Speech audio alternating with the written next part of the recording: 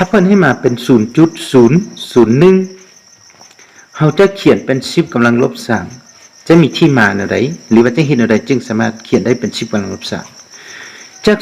0.001 ตัวนี้เราเขียน 0.001 สามารถเขียนคูณให้1ได้เพราะว่า 0.001 คูณ1ออก 0.001 คือ9 1คูณให้จำนวนใดจะออกจำนวนนั้นหรือว่าจำนวนใดคูณให้1ก็ออกจำนวนนั้นนะแล้วจึงสามารถเขียนต่อไปเป็น 0.001 เลข1ตัวนี้เราเขียนเป็นเลข1ตัวนี้เราสามารถเขียนเป็น 1,000 หารให้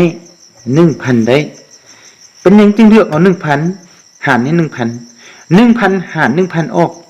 1เป็นหยังจึงบ่เอา100หาร100ตัวนี้ให้นักเรียนสังเกตบนนี้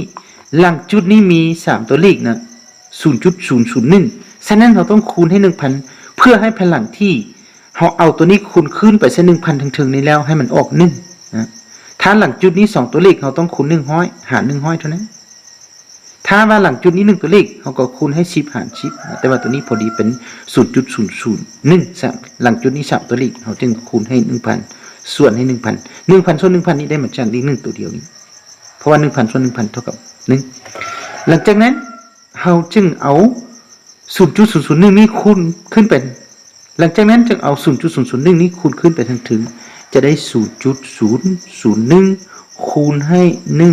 1,000 ส่วนให้ทั้งลมนี้ก็ 1,000 แล้วจึงเท่ากับ 0.001 คูณให้ 1,000 ออก 1 ส่วนให้ 1,000 มาฮอดนี้ทางเทิงนี้เลข1ตัวเดียวนี้จะเขียนไปเป็น10กำลัง0ได้เพราะ10กำลัง0เท่ากับ1ก็เขียนเป็น10กำลัง0สำหรับทางลบนี้ 1,000 นี้ได้มาจากไส 1,000 นี้ได้มาจาก10คูณ10 3ตัวหรือว่าเอิ้นว่า10กำลัง3เลยก็ได้แล้วมาฮอดขั้นตอนนี้เราจึงปฏิบัติตามสูตรคิดไล่เลขกำลังซึ่งเพิ่นได้เสนอมาเป็น a กำลังm ส่วนให้ a กำลัง in จะเท่ากับ a กำลังตัวทางเชิงนี้นะ m ลบให้ in ฉะนั้นมาฮอดขั้นตอนนี้พอดีเป็น10กำลัง0หารให้10กำลัง3พื้นคือกัน10นะเราก็เอากำลังลบกัน